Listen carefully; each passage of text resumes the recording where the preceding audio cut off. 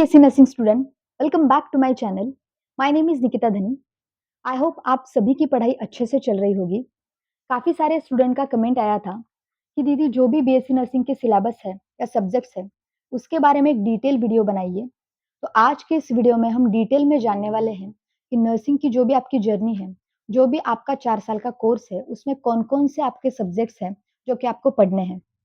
तो सबसे पहले जो भी आईएनसी है, इंडियन नर्सिंग काउंसिल, तो आईएनसी ने 2021 में आपका जो नर्सिंग का सिलेबस है, उसको अपडेट किया था और सेमेस्टर पैटर्न हमारा 2021 से स्टार्ट हुआ था। तो सेमेस्टर पैटर्न से जो भी आपके सब्जेक्ट्स हैं, कौन-कौन से आपको पढ़ने हैं, वो आज इस वीडियो में हम डिटेल में जानने वाले हैं। तो आज का जो हमारा वीडियो है, वो लॉन्ग वीडियो हो सकता है, तो इस वीडियो को आपको एंड तक ज़रूर देखना है और इस चैनल को सब्सक्राइब करना है। सबसे पहले आता है आपका फर्स्ट सेमेस्टर।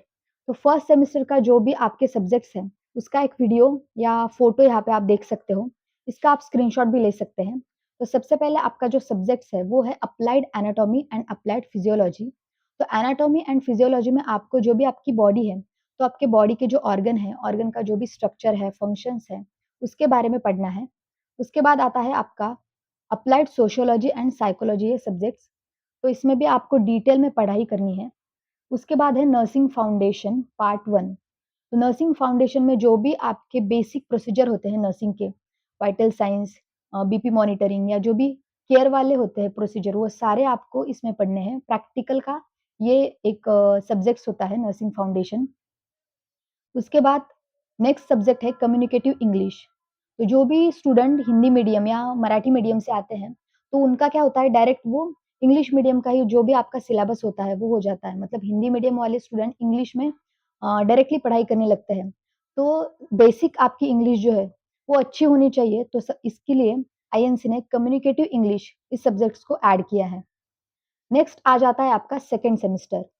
सेकंड सेमेस्टर में आपका सब्जेक्ट्स होता है first applied biochemistry, then applied nutrition and dietetics.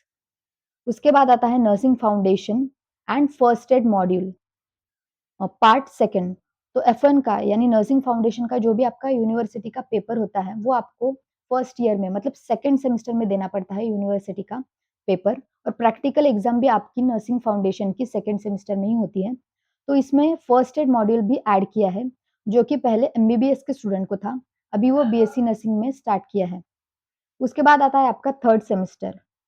Third semester में आपको जो सब्जेक्ट्स होते हैं, वो होता है अप्लाइड माइक्रोबायोलॉजी। जब हमारा एनुअल सेमेस्टर पैटर्न था, मतलब एनुअल पैटर्न था बीएससी नर्सिंग का, तब ओनली अप्लाइड माइक्रोबायोलॉजी यही सब्जेक्ट था। लेकिन अभी applied microbiology and infection control including safety इसमें भी ऐड किया है। Infection control and including safety ये पहले आपको F1 में था, लेकिन ये भी अभी माइक्रोबायोलॉजी जो थर्ड सेमेस्टर में आपको पढ़ना है। नेक्स्ट आता है आपका फार्माकोलॉजी फर्स्ट पार्ट फर्स्ट, जिसमें आप सारे मेडिसिन या जो भी आपकी दवाइयाँ हैं, ड्रग्स हैं, उसके बारे में डिटेल में पढ़ेंगे। Then pathology. पैथोलॉजी में आईएनसी ने इस सब्जेक्ट को न्यूली ऐड किया है, ताकि बीएससी नर्सिंग के जो भी स्टूडेंट हैं, उनको भी पता लगे कि जो भी डिसीज़ है, डिसीज़ की डेफिनिशन क्या है, उसकी पैथोफिज़ियोलॉजी क्या है, डिसीज़ कैसे फॉर्म होता है। इसलिए इस सब्जेक्ट को भी आपके नर्सिंग के कोर्स में ऐड किया है। नेक्स्ट है आपका एएचएन, जिसे हम एमएसएन भी बोलते हैं, medical surgical nursing. Adult health nursing part 1 आपको थर्ड सेमेस्टर में पढ़ना है। इसमें भी आपको बहुत सारी डिसीज़ कंडीशन पढ़नी होती है और ज़्यादातर जो स्टूडेंट का बैक लगता है, मतलब स्टूडेंट फेल होते हैं, वो सब्जेक्ट्स एएचएन ही होता है। और एएचएन को ही कोरिलेट किया है उन्होंने फार्माकोलॉजी, मतलब इसमें आप जो भी आपका डिसीज़ है, डिसीज़ का इंट्रोडक्शन, इटियोलॉजी, उसके जो भी क्लिनिकल फीचर्स है, साइन्स एंड सिम्पटम्स है, जो भी उसका मेडिकल मैनेजमेंट है, वो सब कुछ आप एएचएन में पढ़ेंगे। नेक्स्ट सब्जेक्ट आता है आपका professionalism, professional values, ethics and including bioethics. Professionalism को भी उन्होंने नर्सिंग में ऐड किया है, because nursing it is a professional course. तो प्रोफेशनल कोर्स में आपको स्टूडेंट और फ्यूचर में जाके आप जब भी स्टाफ नर्स बनेंगे, तो कैसे आपको प्रोफेशनलिज्म मेंटेन करना है, ये भी आपको इस सब्जेक्ट्स में डिटेल में पढ़ना है। नेक्स्ट आपका सेमेस्टर है फोर्थ सेमेस्टर। फोर्थ सेमेस्टर में जितने भी आपके सब्जेक्ट्स हैं, वो सारे जो थर्ड सेमेस्टर के हैं, उनका ही पार्ट 2 आपको पढ़ना पड़ता है।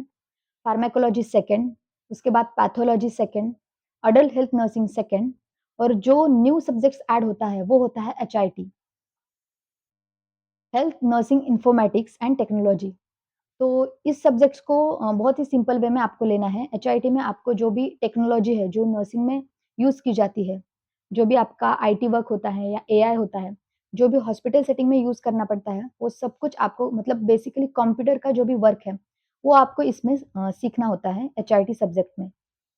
नेक्स्ट आता है आपका 5th सेमेस्टर मतलब 3rd ईयर।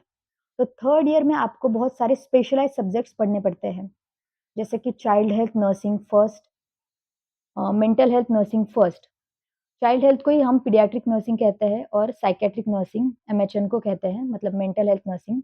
उसके बाद आपको जो भी आपका educational technology and nursing education, ये जो सब्जेक्ट है, ये न्यूली ऐड किया है। इससे पहले एनुअल पैटर्न में सीईटी भी कहते थे।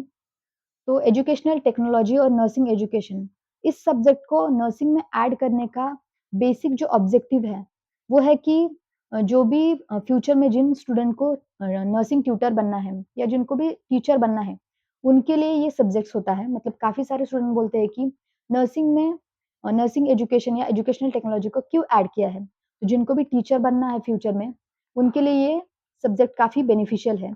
जो कि बीएड के जो टीचर होते हैं, प्राइमरी टीचर या हमारे हायर कॉलेज के टीचर होते हैं, उनके लिए ये सब्जेक्ट काफ़ी ज़रूरी होता है।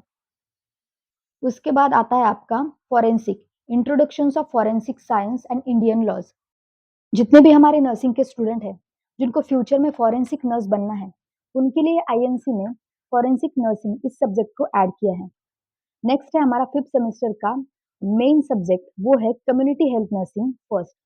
कम्युनिटी हेल्थ नर्सिंग जो सब्जेक्ट होता है, वो काफ़ी आपको डिटेल में पढ़ना पड़ता है, जिसमें जो भी आपके नेशनल हेल्थ प्रोग्राम है, जो भी कमिटीज़ है या जो भी बेसिक होता है आयुष्मान भारत, आप आगे जाके पढ़ेंगे, तो उन सभी के बारे में आपको डिटेल में कम्युनिटी में पढ़ना पड़ता है।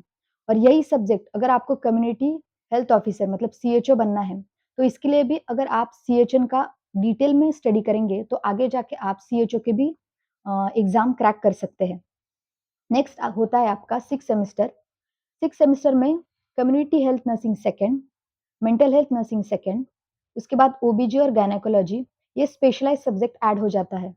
ओबीजी में आपको पढ़ना पड़ता है डिटेल में डिलीवरी का जो भी लेबर का प्रोसेस है, उसके बारे में आपको डिटेल में पढ़ना पड़ता है।